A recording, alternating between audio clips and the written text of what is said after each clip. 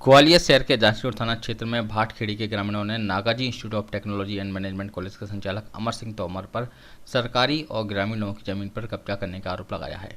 स्थानीय ग्रामीणों ने पुलिस अधीक्षक कार्यालय पर प्रदर्शन कर नागाजी कॉलेज के संचालक अमर सिंह तोमर के खिलाफ कार्रवाई करने की मांग की है। ग्रामीणों का कहना है कि तोमर अपनी ऊंची पहुंच और रसूख के चलते ग्रामीणों के समर्थन स्थल और उसके आसपास की जमीन पर लगातार कब्जे करते जा रहे हैं।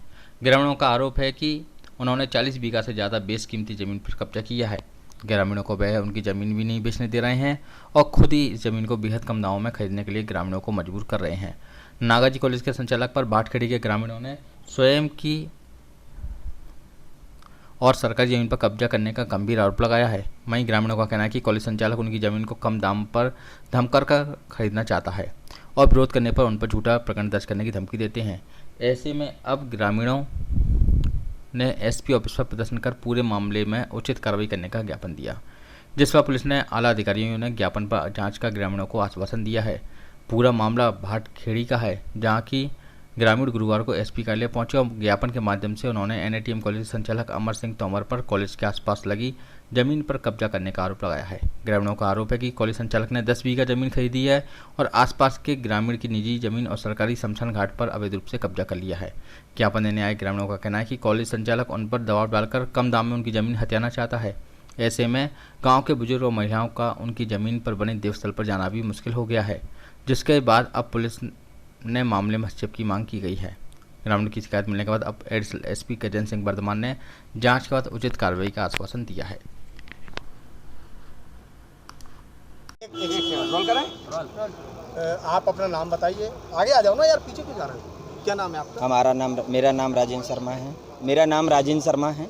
राजेंद्र जी, किस तरह की दिक्कत है, क्या परेशानी है? बालकेशानंद शिक्षा समिति के डायरेक्टर, एनआईटीएम कॉलेज के डायरेक्टर श्रीमान अमर सिंह तोमर द्वारा हमारे वृद्धजनों को, महिलाओं को, जो हमारी ज़मीन के सटीक ही ठाकुर बाबा मंदिर है उस पर जाते हैं तो वहाँ डराया धमकाया जा रहा है।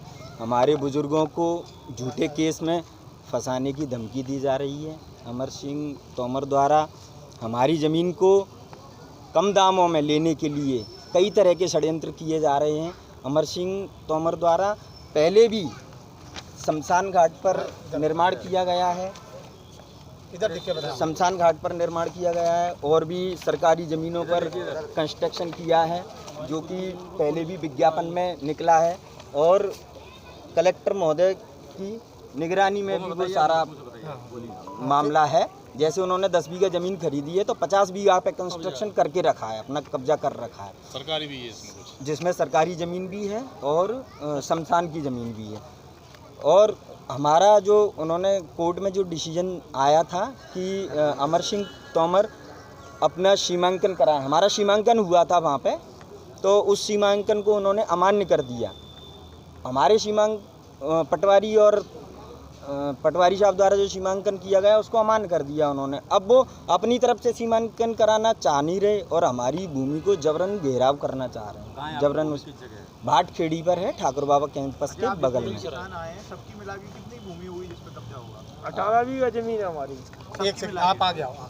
कौन लोग हैं जो ज्ञापन देने हैं? आखिर क्या मामला? ये ग्राम भाटखेड़ी सिटी सेंटर के किसानों द्वारा यहाँ आज एक ज्ञापन दिया गया है। उनका ये ज्ञापन में शिकायत है, समस्या है कि उनकी जो पुश्तैनी ज़मीन है उस पर नागाजी कॉलेज के संचालक द्वारा अवैध रूप से कब्जा किया गया है और उसी कब्जे से मुक्ति के लिए उन्होंने ये आवेदन दिया है। प्लस उनके द्वारा इस किसानों को किसी मामले में फंसाने की धमकी दी जाती है, तो इस प्रकार से उनके द्वारा ये बात उठाई गई है कि कोई भी मामला पंजीबद्ध करने के पहले मामले की जांच की जाए और उसी के हिसाब से कार्रवाई की जाए। सर, इसके अलावा कॉलेज संचालक द्वारा जो वहाँ पे शासकीय शमशान घाट है उस पर भी कब्जा कर रखा है, तो ऐसी स्थिति में कई लोगों को बड़ी परेशानी का सामना करना पड़ता है।